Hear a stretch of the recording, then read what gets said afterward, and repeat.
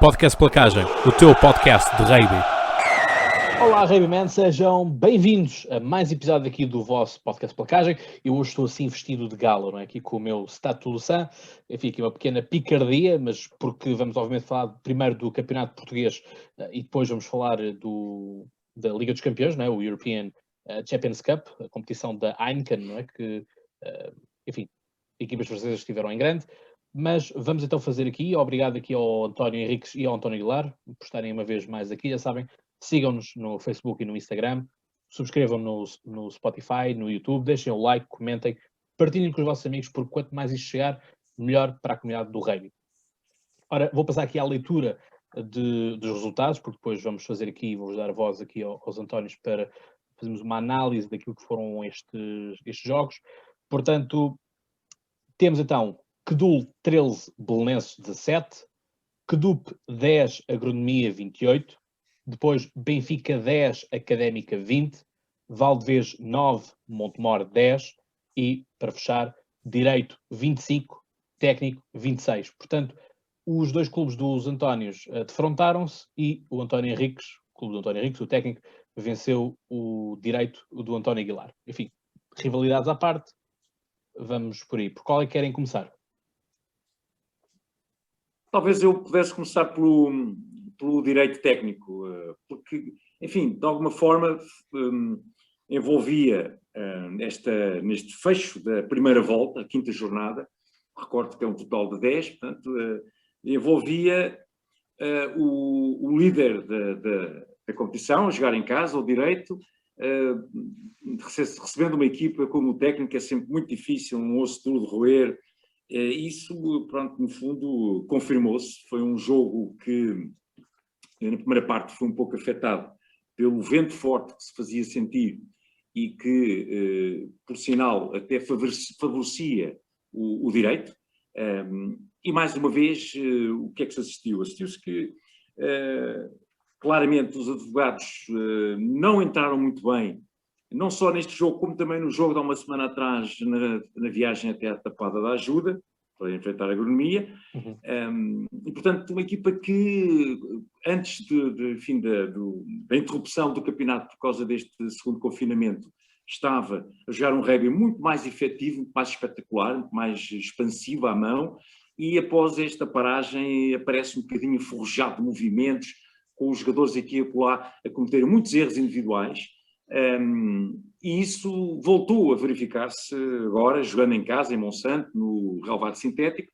O técnico começou muito melhor, como eu disse, apesar de já contra o vento, teve sempre uma frieza e uma atitude muito, muito esclarecida, mais esclarecida que o direito. Portanto, marca cedo o técnico com um ensaio excelente dos seus avançados. Aliás, o setor que esteve em melhor plano, hoje realmente o bloco avançado do técnico foi o grande responsável por esta vitória, pela solidez que deu, e na primeira parte dominou até, podemos dizer, nos primeiros 20 minutos dominou o PAC do direito.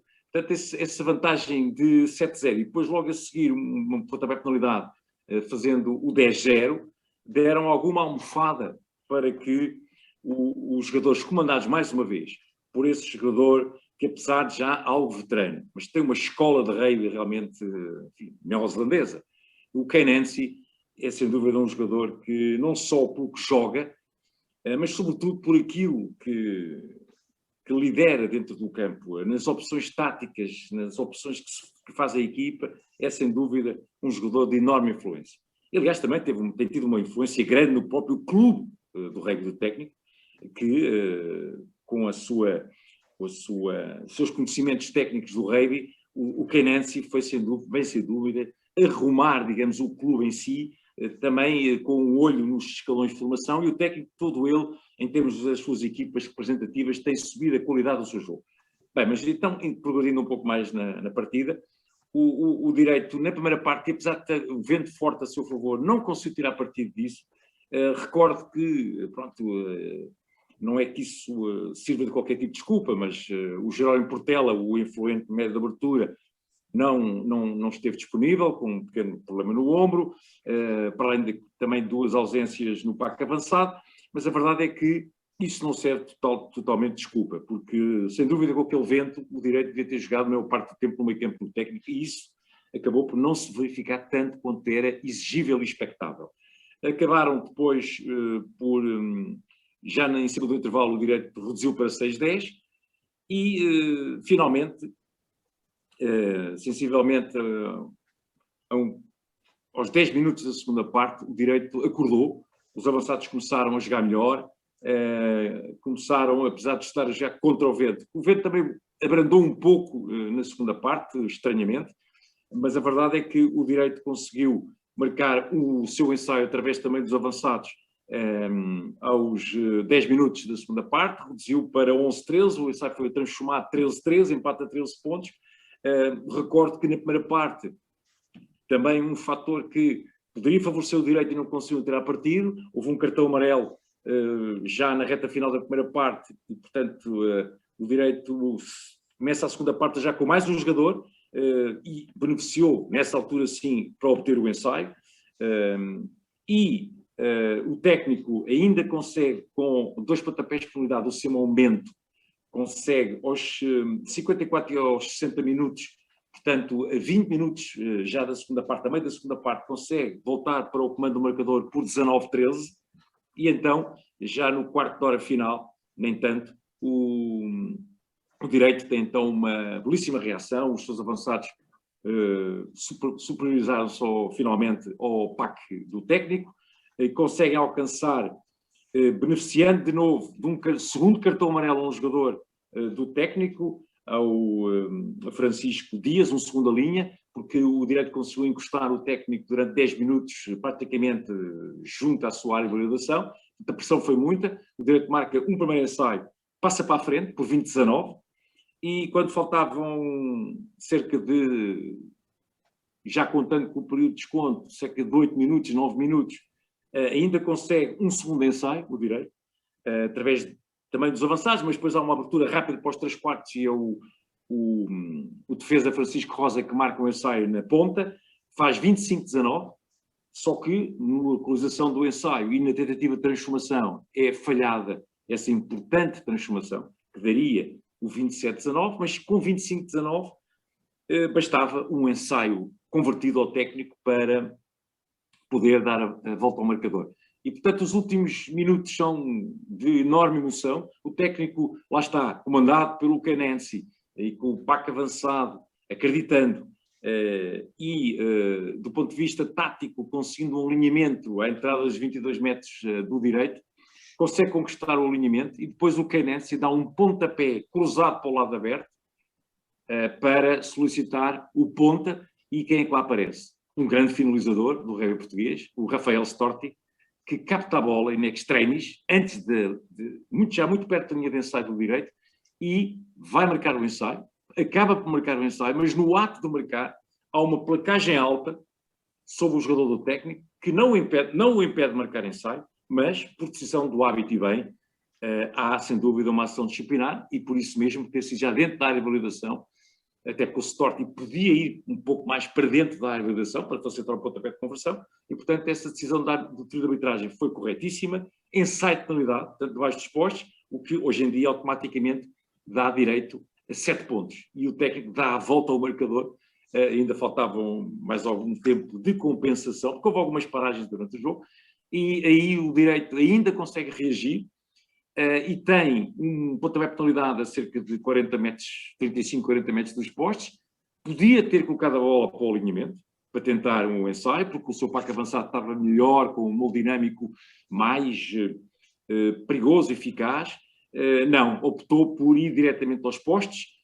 O vento não era tão forte, mas a verdade é que o jogador que substituiu o Jerónimo Portela acabou por tremer um pouco e a verdade é que nessa derradeira tentativa o jogador do direito acabou por falhar o pontapé e desperdiçando 3 pontos e acaba de imediato o jogo com a vitória do técnico que acabou por se aceitar porque realmente do ponto de vista tático e da sua estrutura, foi mais consistente. O Direito cometeu demasiados erros.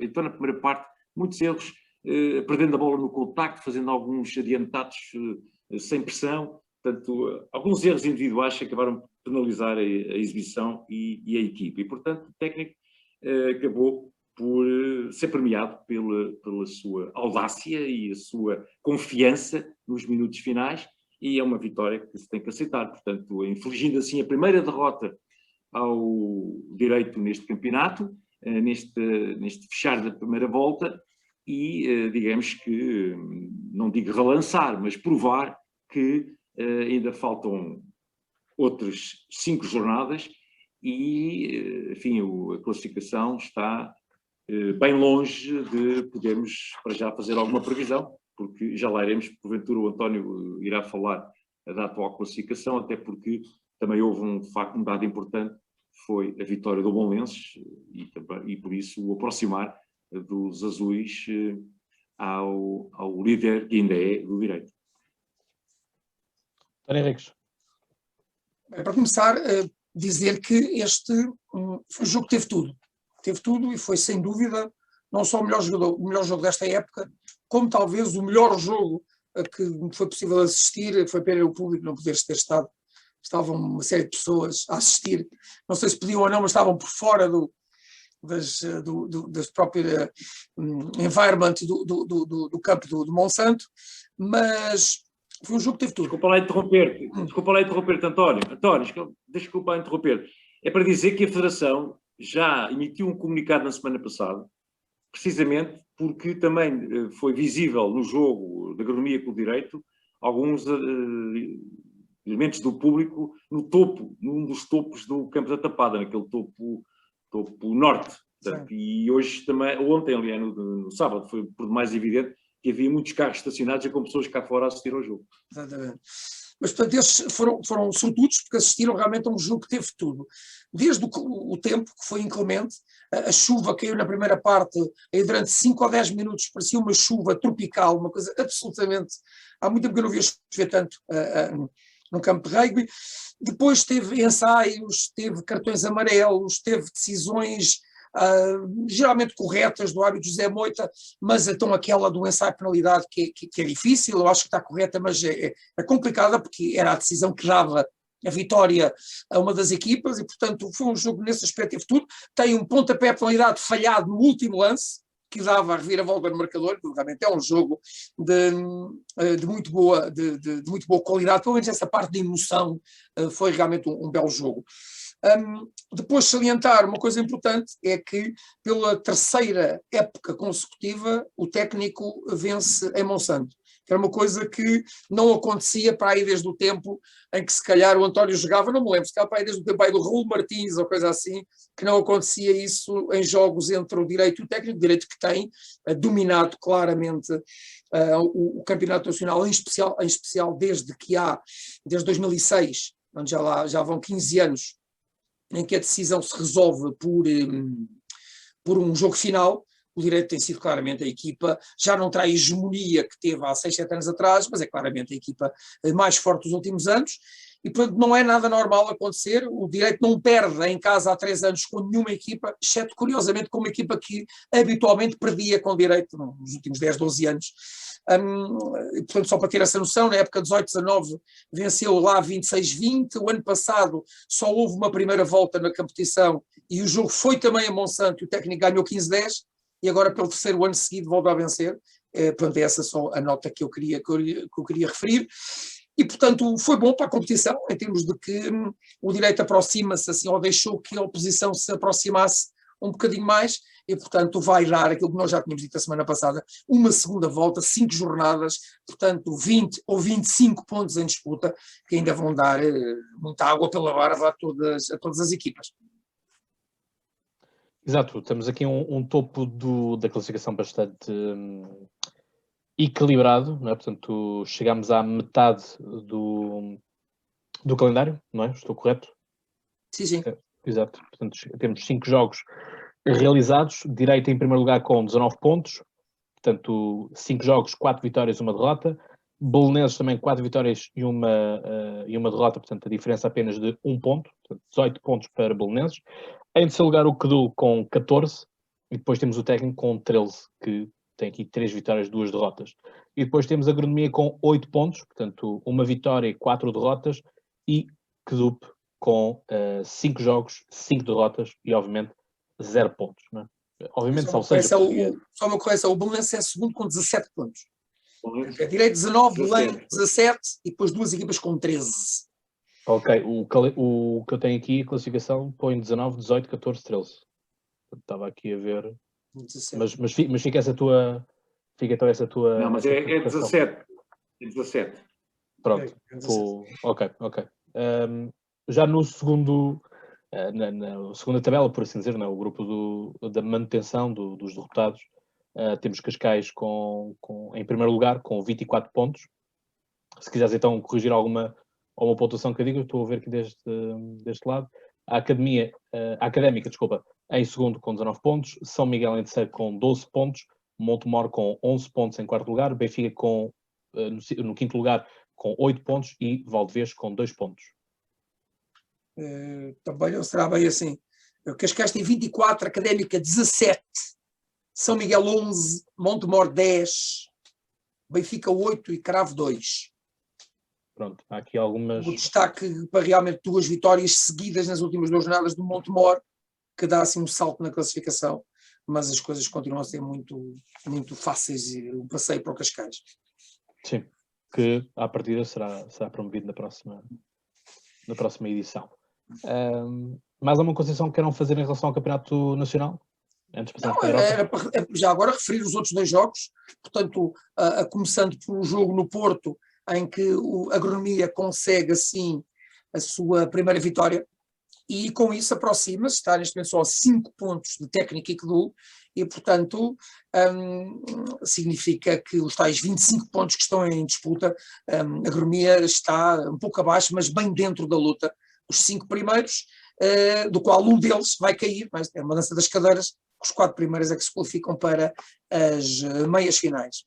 Foi um jogo fácil de Agronomia, domínio da equipa na avançada, claro, e depois com um par de médios que esteve em grandes destaques, muito bem Martim Cardoso, dos 4 ensaios, 2 em cada parte, ele é responsável por 2 deles, com um pontapé, um grabber, pontapé raso muito inteligente, apanhado pelo médio de abertura Domingos Cabral, e outro também uma saída muito rápida a combinar com o seu médio de abertura. Portanto, Domingos Cabral marca 2 ensaios, e os outros 2 são dos maiores, entre aspas, penaltis do rugby português, o António Cortes, que num combina com o Cardoso Pinto, no outro dispara para aí de 22 metros e faz uma corrida de 80 metros, e portanto é uma vitória clara. A Agronomia vencia até praticamente perto do fim por 28-3, só depois deixou o ensaio de moldinâmico do Nuno Figueiredo para 28-10, e portanto claramente a marcar uma distância para o Quedup, que é realmente o convidado nesta luta dos 6 melhores, está claramente na 6ª posição, num jogo já agora, curiosamente, arbitrado por um inglês, o Tim McLennan, que acho que é a tal troca que há de árbitros, ou pelo menos vem cá uns árbitros estrangeiros, e portanto tivemos um árbitro inglês que curiosamente tinha, quando dava, por exemplo, os 3 tempos nas formações ordenadas, dava-os em português, deve ter aprendido pelo menos a dar essa expressão, e então era muito curioso, porque era assim um português bem inglesado. Foi um apontamento bem curioso lá no Porto. No outro jogo, curiosamente entre Quedul e Belenenses, que se realizou na Tapada, que é o campo de um terceiro clube, foi a Agronomia que apostou o campo.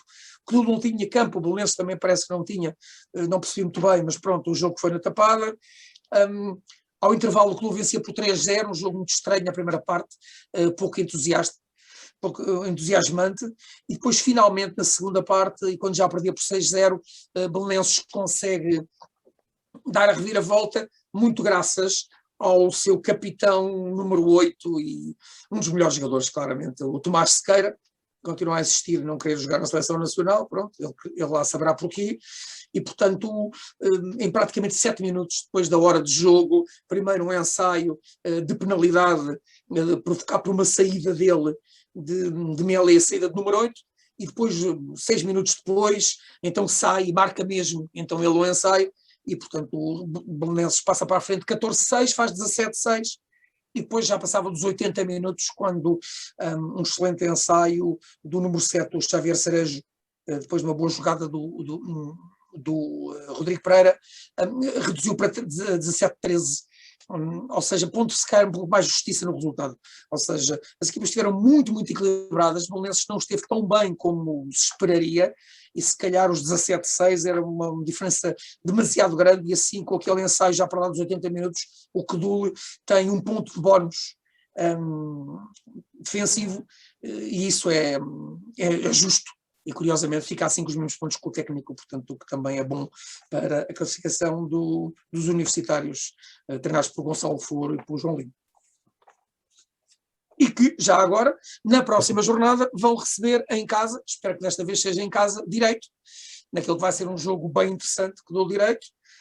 Depois teremos a deslocação do técnico ao Porto, para defrontar o Clube, e um jogo que eu acho que vai ser interessante, que é o Belenenses Agronomia.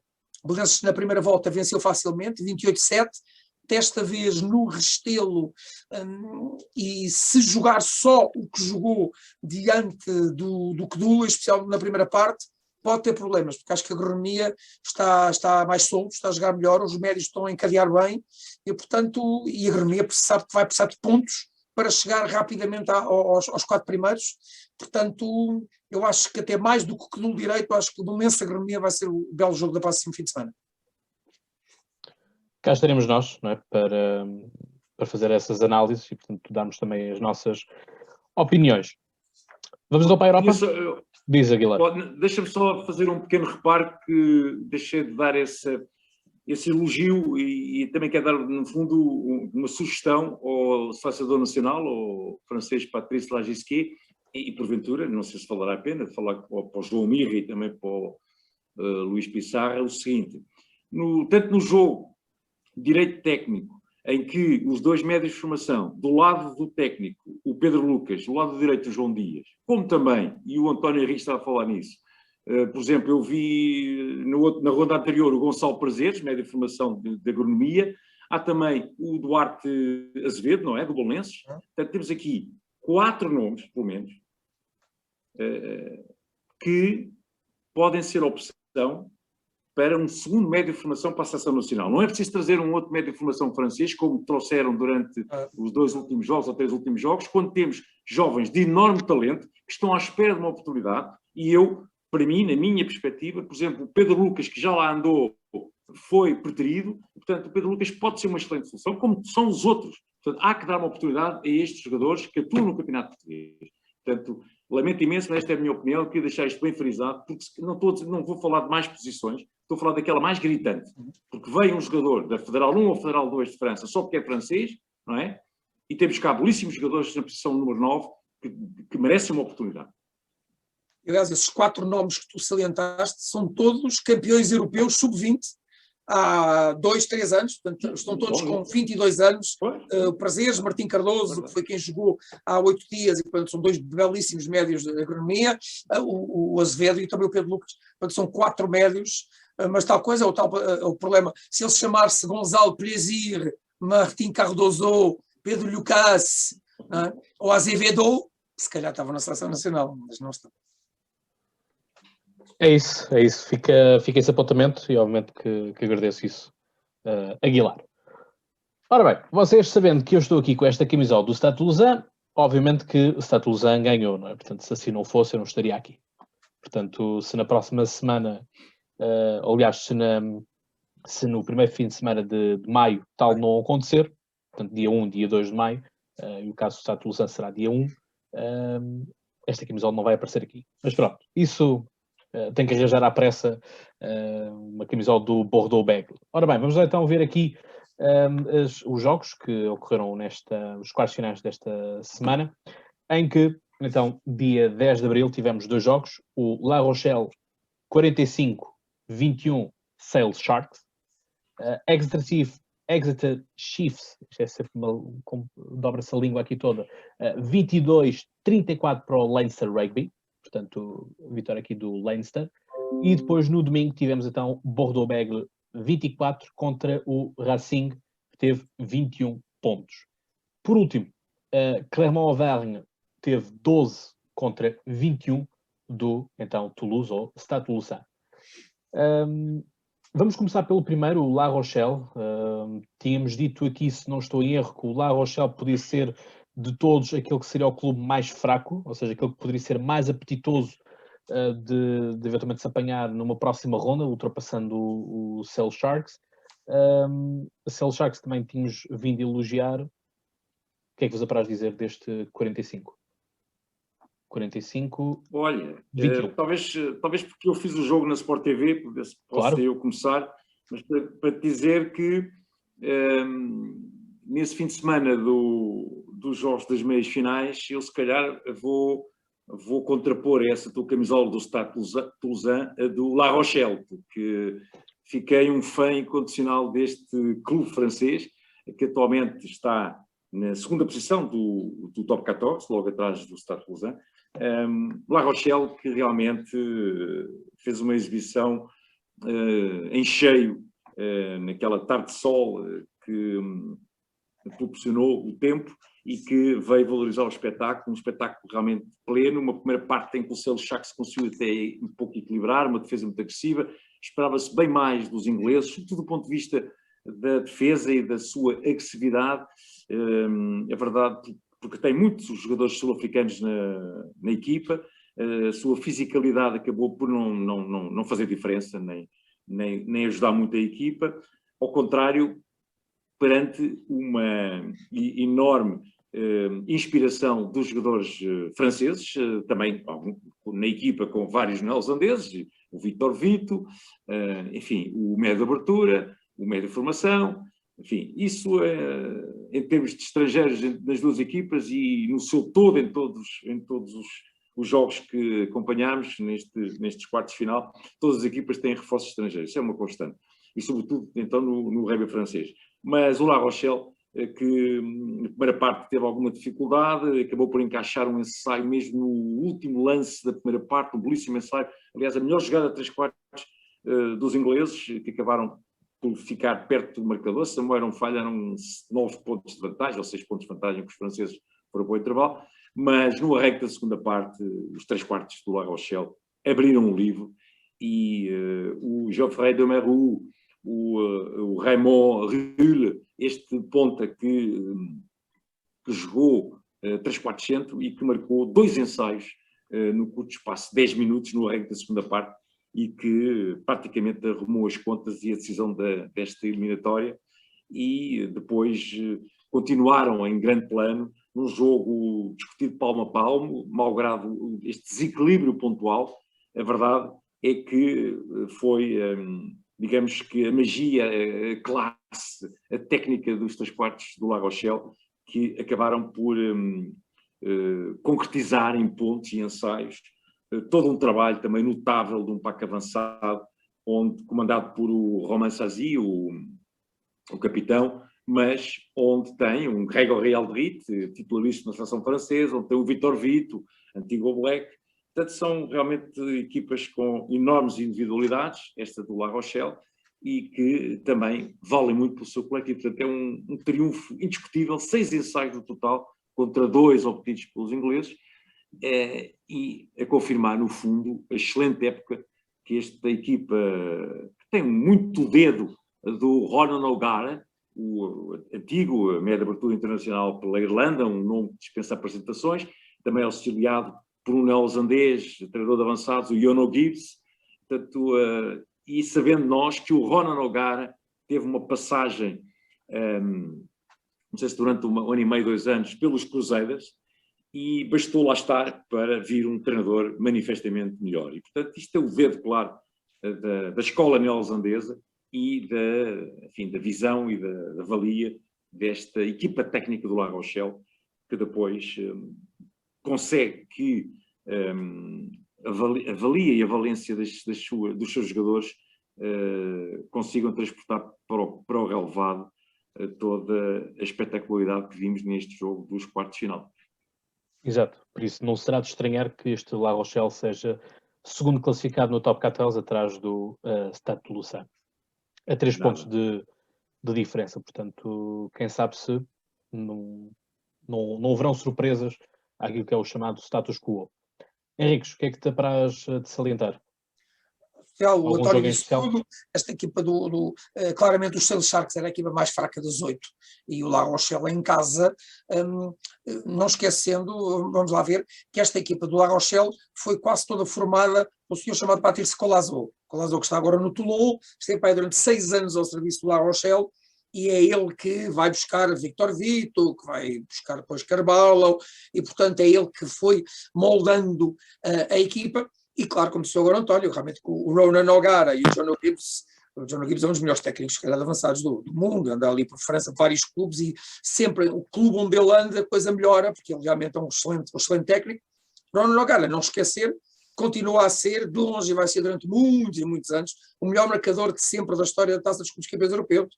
Ele tem 1390 e não sei quantos pontos, e depois o segundo a seguir tem para 800, ele tem quase mais 40 ou 50% de pontos do que o segundo jogador com mais pontos na Taça dos Campeões Europeus, que é o Stephen Jones, e portanto e depois, como disse bem o António, aquela presença, de certeza, aquela sua, eu já andou por França, já andou no Racing, mas ir para os Cruzeiros aquele um ano e tal, deve ter feito muito, muito bem, e portanto, atenção com este La Rochelle, que ainda por cima teve sorte no sorteio, vai jogar em casa nas meias finais.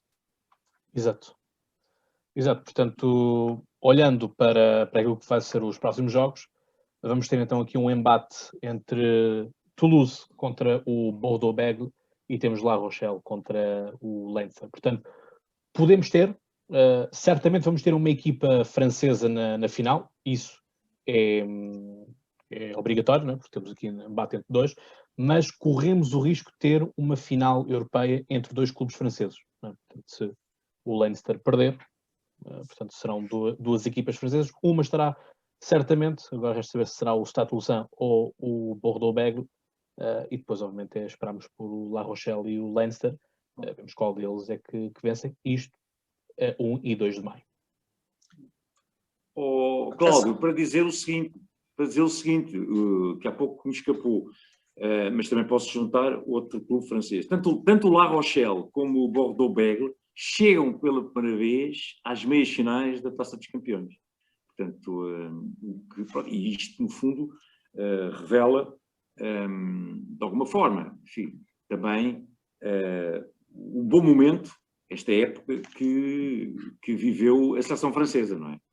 E que já que estamos a falar da seleção francesa, também repescar o facto de os dois melhores médios de abertura da atualidade e dois dos melhores chutadores aos postes do rugby europeu, o Romain Tamac no Stade de Lausanne e o Mathieu Jalibert no Bordeaux-Bègles, não é? Não só foram os autores de todos os pontos das suas equipas nos dois jogos dos quartos de final, não é?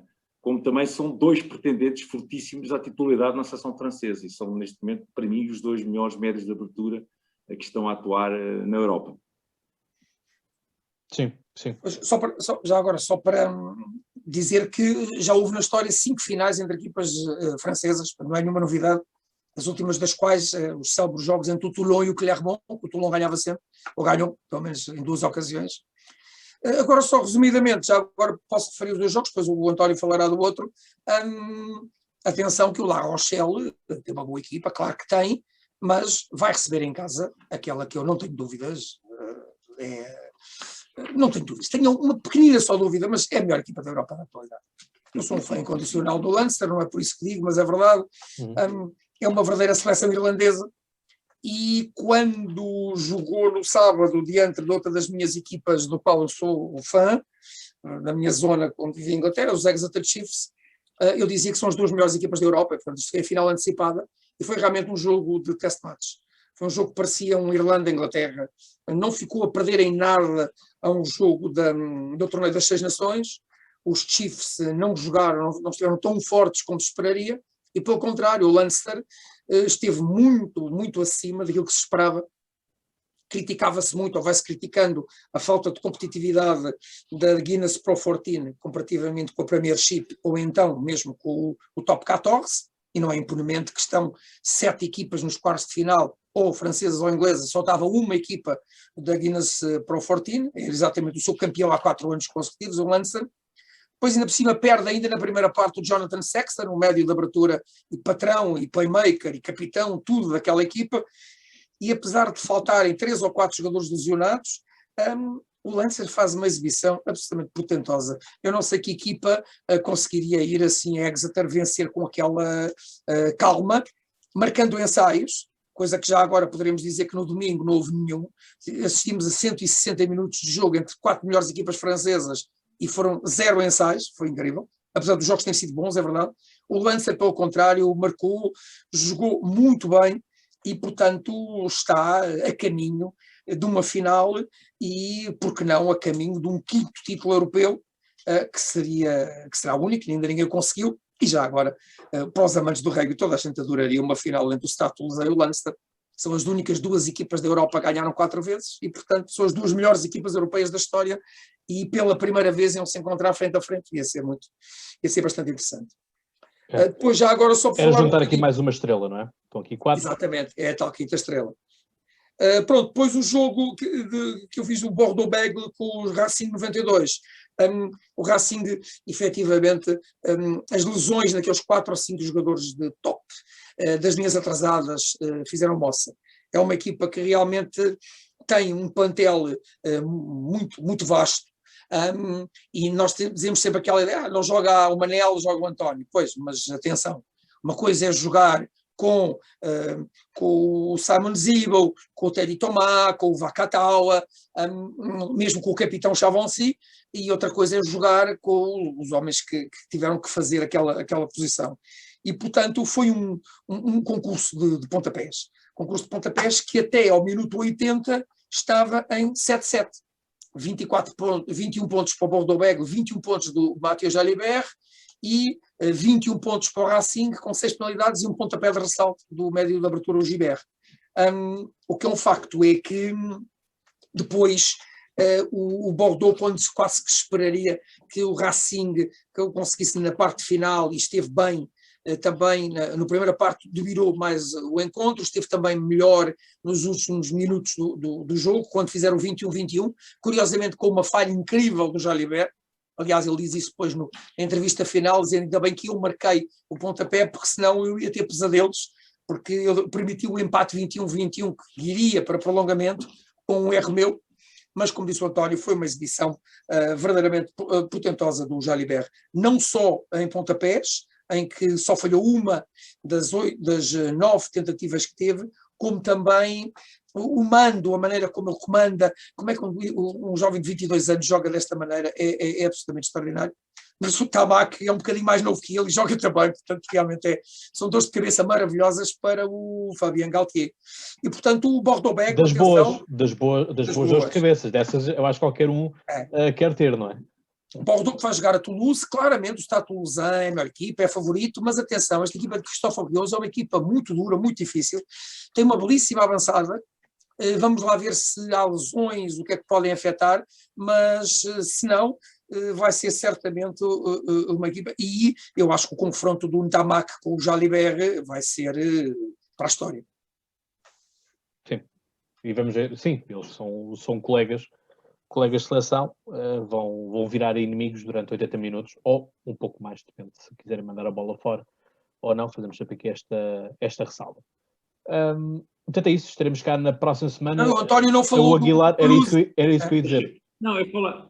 E também querias falar de Falar muito Atirou, não era? rápido daquele encontro, deste duelo, deste choque entre 2 pesos pesados do rugby francês, o Clermont-Auvergne e o Stade Toulousain, para dizer que o Clermont, jogando em casa, enfim, embora a ausência de público, hoje em dia o fator casa não tem qualquer peso, infelizmente, até porque é um tremendo vazio nas bancadas, enfim, é um ambiente muito frio e é pena. Mas isso, enfim, é transversal ao desporto europeu, e estamos a falar aqui da Europa, porque já iremos falar mais à frente, na minha última intervenção, de uma nota sobre o rugby neozelandês, neste momento, mas para dizer, portanto, que este choque de titãs foi realmente, desse ponto de vista físico, da fisicalidade, da forma como as equipas tiveram que atuar, algo até condicionado pela chuva, enfim, uma bola escorregadia,